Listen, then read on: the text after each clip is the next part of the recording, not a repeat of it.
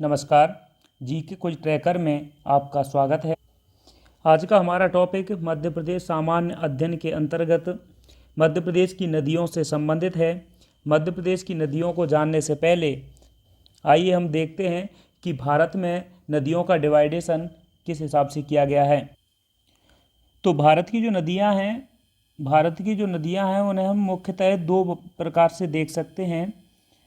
भारत की नदियों को दो रूपों में देख सकते हैं, ठीक है। कौन कौन सी हैं? पहली हैं हिमालय से निकलने वाली नदियाँ। कौन सी हैं?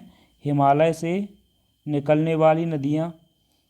हिमालय से निकलने वाली नदियाँ यानी कि हिमालयी नदियाँ, ठीक है, हिमालयी नदियाँ। और अगर हम दूसरी बात करें तो ये हैं प्रायद्वीपीय भारत की नदियाँ। प्रायद्वीपीय भारत की नदियाँ। देखिए, जो हिमालयी नदियाँ हैं उनमें वर्ष भर जल रहता है, क्योंकि ये जो है हिम ग्लेशियर होते हैं उनसे प्रवाहित होती हैं, जबकि प्रायद्वीपीय नदियाँ होती हैं ये मौसमी नदियाँ होती हैं, इनमें वर्ष भर पानी नहीं रहता है। लेकिन इससे ज़्यादा फैक्ट हम भूगोल की क्लास में देखेंगे। पर हमारे यहाँ काम की चीज़ ये है कि जो मध्य प्रदेश की नदियाँ हैं वो प्रायद्वीपीय भारत की नदियाँ हैं। तो जो मध्य प्रदेश की नदियां हैं तो वो कैसी हैं? प्रायद्वीपीय भारत की नदियां हैं, पहली बात। दूसरी बात, मध्य प्रदेश को नदियों का मायका कहा जाता है। और ऐसा क्यों कहा जाता है? नदियों का मायका क्यों कहा जाता है? तो उसके लिए आप याद रखेंगे कि मध्य प्रदेश से अधिकांश नदियां निकलती हैं और जो अन्य राज्यों में या अन्य नदियों में जाकर के अन्य नदियों में मिल जाती हैं, अन्य राज्यों में जाकर के अन्य नदियों में मिल जाती हैं, इसलिए मध्य प्रदेश को नदियों का मायका कहा जाता है। यहाँ एक बात जानना और ज़रूरी है कि जो भारत का नदी तंत्र है, भारत का नदी अपवाह तंत्र, ठीक है, नदी अपवाह तंत्र जो है उसे हम तीन भागों में बांटते हैं। कौन कौन सा है? तो देखिए, पहला है गंगा यमुना नदी तंत्र या अपवाह तंत्र कह सकते हैं। फिर है ब्रह्मपुत्र अपवाह तंत्र,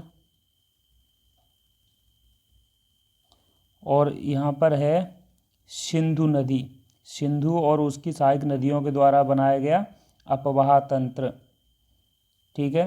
तो ये है सिंधु अपवाह तंत्र। देखिए, जो अपवाह तंत्र होता है उसका मतलब होता क्या है, तो आप ये पहले जान लीजिएगा।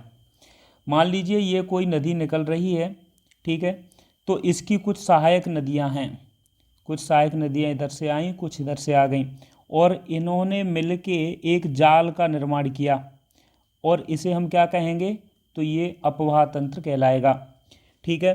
गंगा और जमुना यहाँ से निकलने वाली नदियाँ नहीं हैं, मध्य प्रदेश से ये नहीं गुजरती हैं, लेकिन फिर भी मध्य प्रदेश में जो सबसे बड़ा नदी तंत्र है,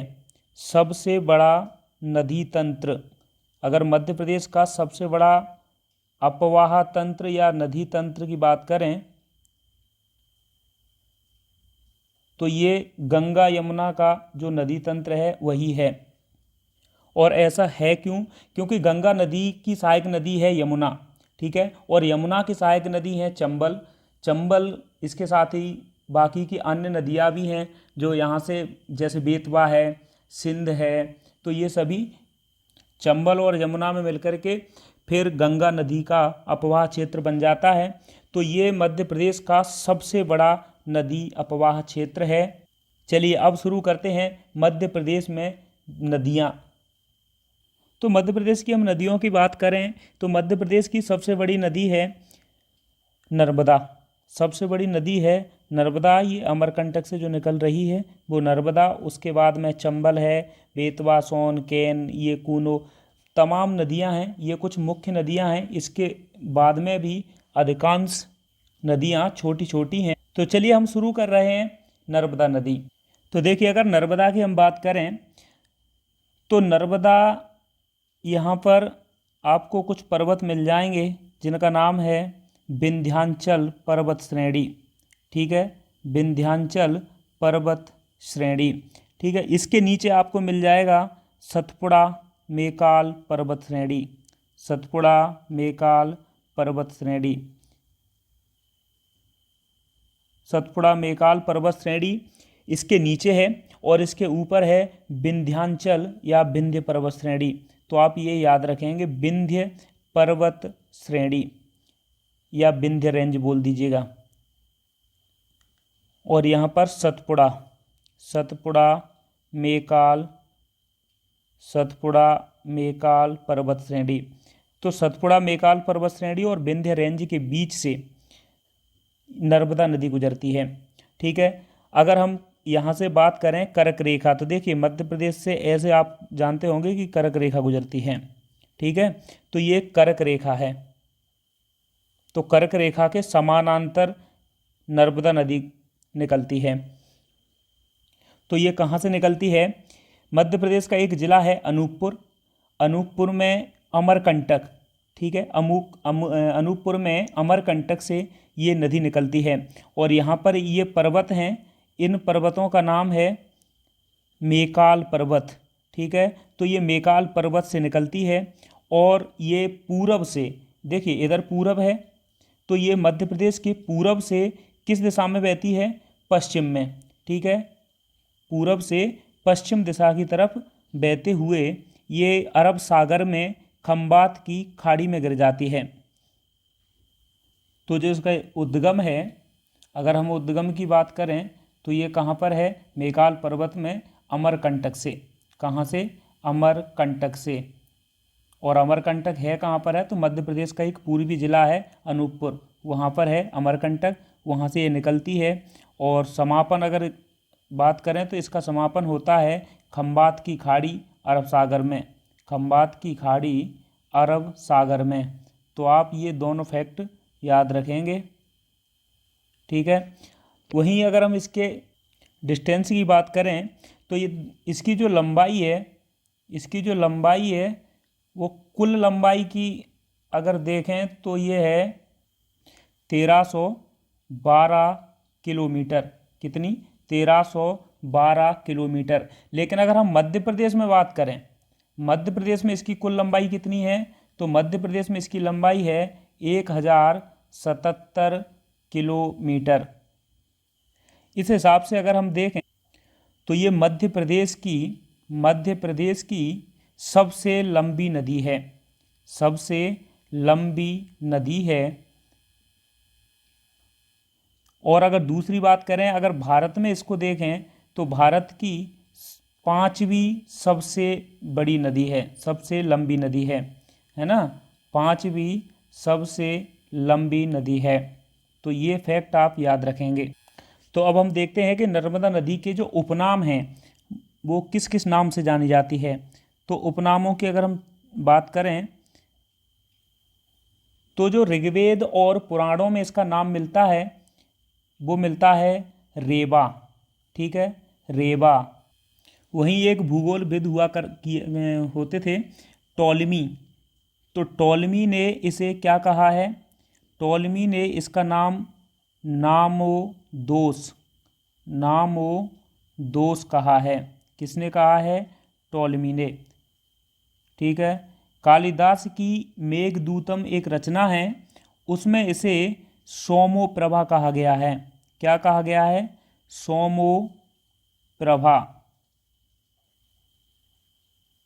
किसमें कहा गया है? मेघदूत में। ठीक है, कालिदास की एक रचना है मेघदूत, इसमें इसको सोमोप्रभा कहा गया है।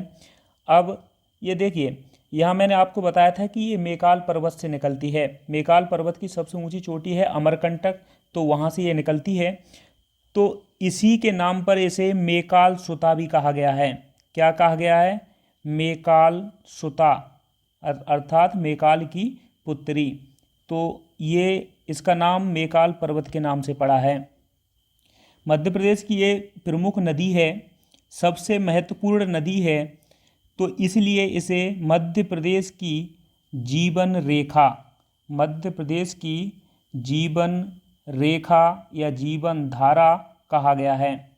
जीवन रेखा या फिर जीवन धारा या जीवन दायिनी, आपसे कुछ भी पूछा जा सकता है, तो ये आप याद रखेंगे, जीवन रेखा या फिर जीवन दायिनी।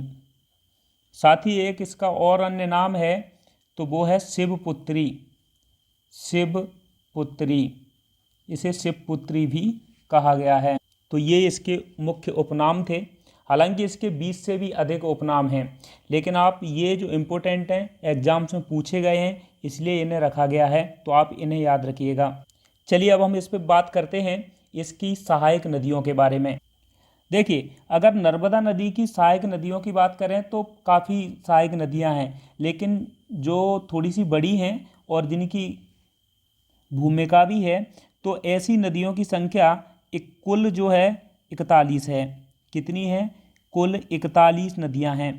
लेकिन अगर हम आपसे बात करें कि नर्मदा नदी का दायां क्षेत्र कौन सा होगा, तो देखिए नर्मदा नदी यहाँ से निकल रही है और यहाँ खंबात की खाड़ी में जाके गिर रही है, तो इधर से चलने वाली नदी है, तो इसका दायां किधर होगा? इधर की साइड में, और बायां किधर होगा? इधर की साइड में। तो यही आपसे प्रश्न में पूछा जाएगा कि दाएं हिस्से से या दाईं साइड नर्मदा में कितनी नदियां आकर के मिलती हैं। तो हम दाएं की बात करें तो इधर से मिलती हैं, दाएं क्षेत्र से या दाएं तरफ से 19 नदियां, ठीक है।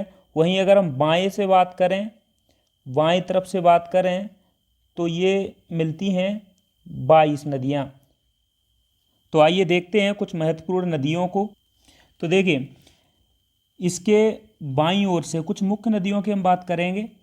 यहाँ पर है बंजर नदी। कौन सी नदी? बंजर नदी। तो यहाँ से बंजर नदी आके मिल जाती है। और इसके अगर दाएं तरफ से बात करें तो आगे चल करके, थोड़ा सा आगे चल करके यहाँ से गौर नदी आती है।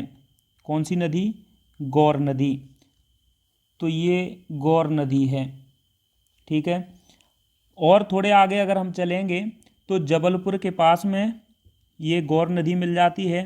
उसके आगे अगर हम चलें तो यहाँ से हिरन नदी है। कौन सी नदी है? हिरन नदी है। और इसके जस्ट इधर कौन सी नदी है? शेर नदी है, ठीक है। इधर शेर नदी है। फिर थोड़ा सा आगे चलने पर यहाँ से आपको मिलेगी तवा। कौन सी? तवा। देखिए, इन जो सहायक नदियों की हम लंबाई है उसको बस सिर्फ डिनोट कर रहे हैं, इसकी ये मूल लंबाई नहीं है, तो ये आप याद रखेंगे। इधर तवा नदी है, यहाँ आकर के मिलती है बारना नदी। कौन सी नदी? बारना नदी, है ना।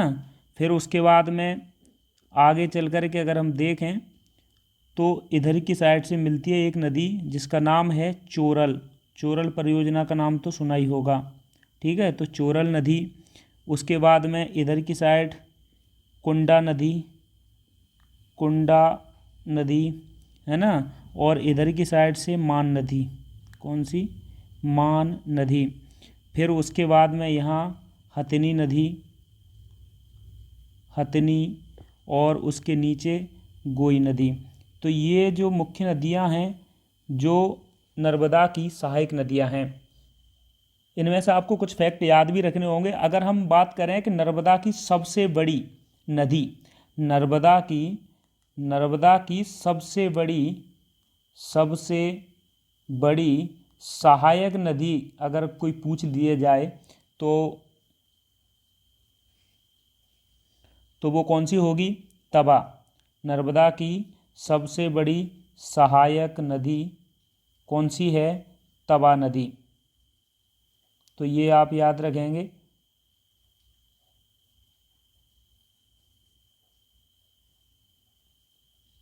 तवा नदी है। चलिए आगे देखते हैं।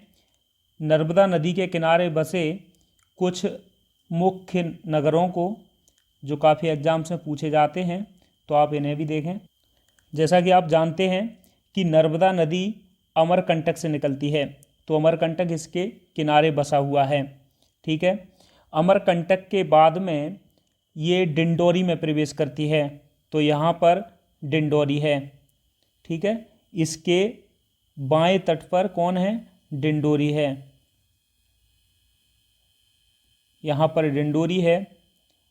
फिर आगे चल कर के ये नदी यहाँ पर देखिए, यहाँ आती है और यहाँ कुंडली नुमा आकृति बनाती है। कैसी? कुंडली नुमा आकृति बनाती है। तो ये यहाँ पर एक शहर बसा है जिसका नाम है मंडला। ठीक है, इसके ऊपर एक शहर बसा हुआ है जिसका नाम है मंडला। हम जिस साइड में लिख रहे हैं उसका मतलब ये है कि वो बायां है और दायां है। जैसे डिंडोरी बाएं तरफ है और मंडला दाएं तरफ है। आपसे पूछा जा सकता है कि ये उत्तरी की क्षेत्र में या दक्षिणी के क्षेत्र में, तो आप ये भी याद रखेंगे।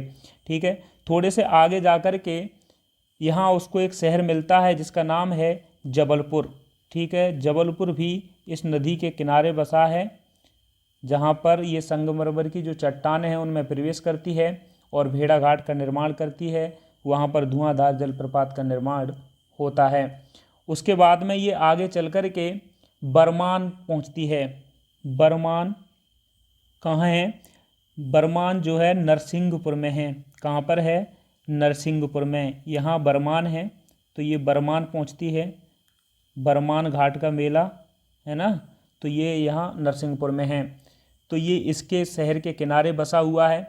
इसके आगे अगर हम देखें तो आपको मिलेगा एक और ज़िला जिसका नाम है होशंगाबाद। वर्तमान नाम की बात करें तो नर्मदापुरम। ठीक है, नर्मदापुरम है ना, ये इसके किनारे बसा हुआ है।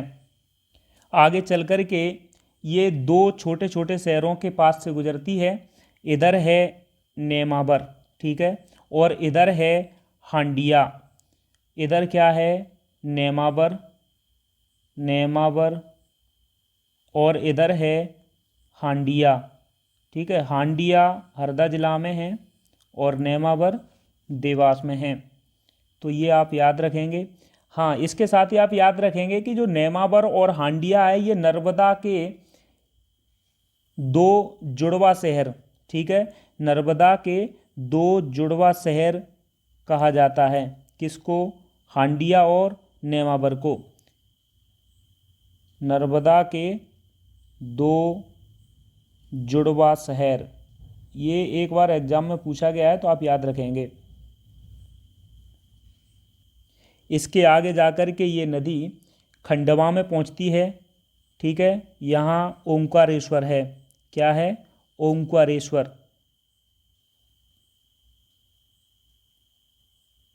तो ये ओंकारेश्वर इसके किनारे बसा हुआ है। फिर आगे चल कर के ये नदी यहाँ पहुँचती है बड़वाह में। कहाँ पर? बड़वाह। ठीक है, बड़वाह में पहुँचती है। यहाँ एक शहर बसा है जिसका नाम है महेश्वर। ये कहाँ पर है? खरगोन में। ठीक है, तो आप इसे याद देखिए। ये कुछ मुख्य शहर थे। अमरकंटक से निकलती है तो अमरकंटक इसके किनारे है। आगे चल के डिंडोरी, उसके बाद में मंडला, फिर जबलपुर, फिर उसके बाद में बरमान नरसिंहपुर में, फिर उसके बाद पहुंचती है नर्मदापुरम यानी कि होशंगाबाद के किनारे। और जो दो जुड़वा शहर हैं नेमावर और हांडिया, नेमावर देवास में है और हांडिया मैंने आपको अभी बताया हरदा में है। तो ये इन दोनों शहरों से गुजरती है। उसके बाद में ये पहुंचती है ओंकारेश्वर खंडवा में। खंडवा इसके किनारे बसा है। इसके बाद ये बड़वाह और महेश्वर खरगोन में पहुंचती है। इसके बाद में ये यहाँ पर महाराष्ट्र में और उसके बाद गुजरात में प्रवेश करती है। तो गुजरात का एक शहर है जिसका नाम है भरूच। ठीक है, तो ये उस नदी के किनारे से गुजरती है, सॉरी उस शहर के किनारे से गुजरती है और ये खंबात की खाड़ी में गिर जाती है।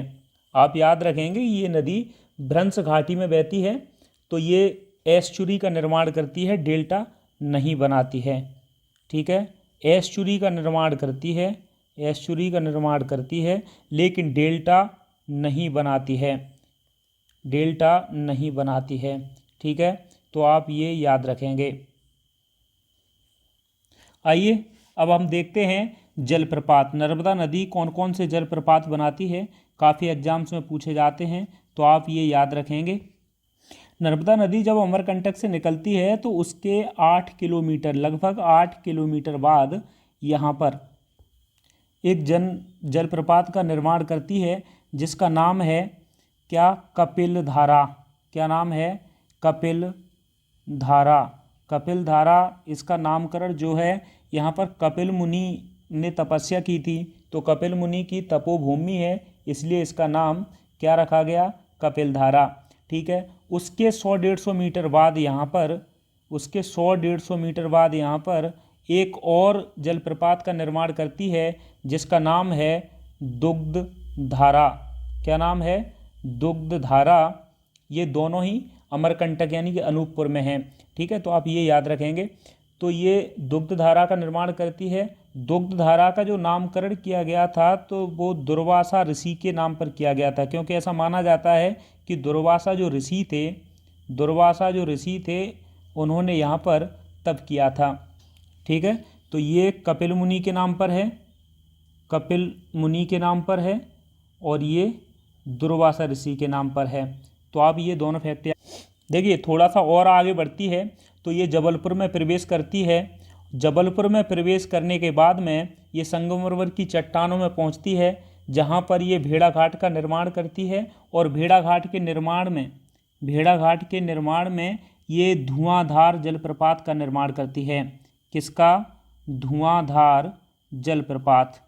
तो ये कहाँ पर है, धुआंधार जलप्रपात जबलपुर के भेड़ाघाट में। तो यहाँ पर ये धुआंधार जलप्रपात बनाती है। उसके बाद ये आगे चलती हुई यहाँ पहुँचती है बड़वाह। कहाँ पर, बड़वाह। तो यहाँ पर ये 2 जलप्रपातों का निर्माण करती है जिसका नाम है मंदार, मंदार व दर्दी। ठीक है, दर्दी है ना, मंदार और दर्दी। ये कहाँ पर, बड़वाह में। बड़वाह में ये 2 जलप्रपातों का निर्माण करती है, मंदार व दर्दी।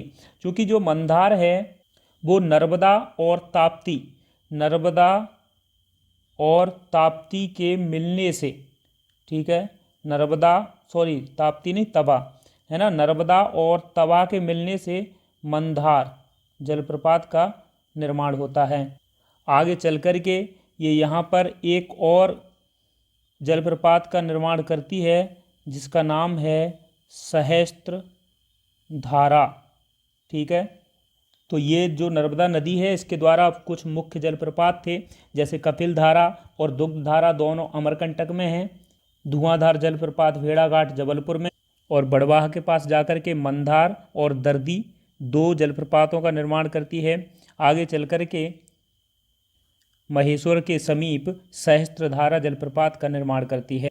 देखिए, आपसे हाइट इसकी पूछी नहीं जाएगी, लेकिन अगर फिर भी पूछी जाए तो यह है जो कपिल धारा है, कपिल धारा है, इसकी जो ऊंचाई है तो लगभग 20 से 24 मीटर तक है ना। अलग अलग किताबों में अलग अलग मिलता है, तो इससे ज़्यादा कन्फ्यूज मत होना, ये कभी नहीं पूछी जाएगी। और ये एक और इम्पोर्टेंट है धुआंधार, तो इसकी 15 से 18 मीटर, कितनी, 15 से 18 मीटर ऊंचाई है। तो हम अब तक नर्मदा नदी का उद्गम, समापन, उसके साथ ही इसके उपनाम,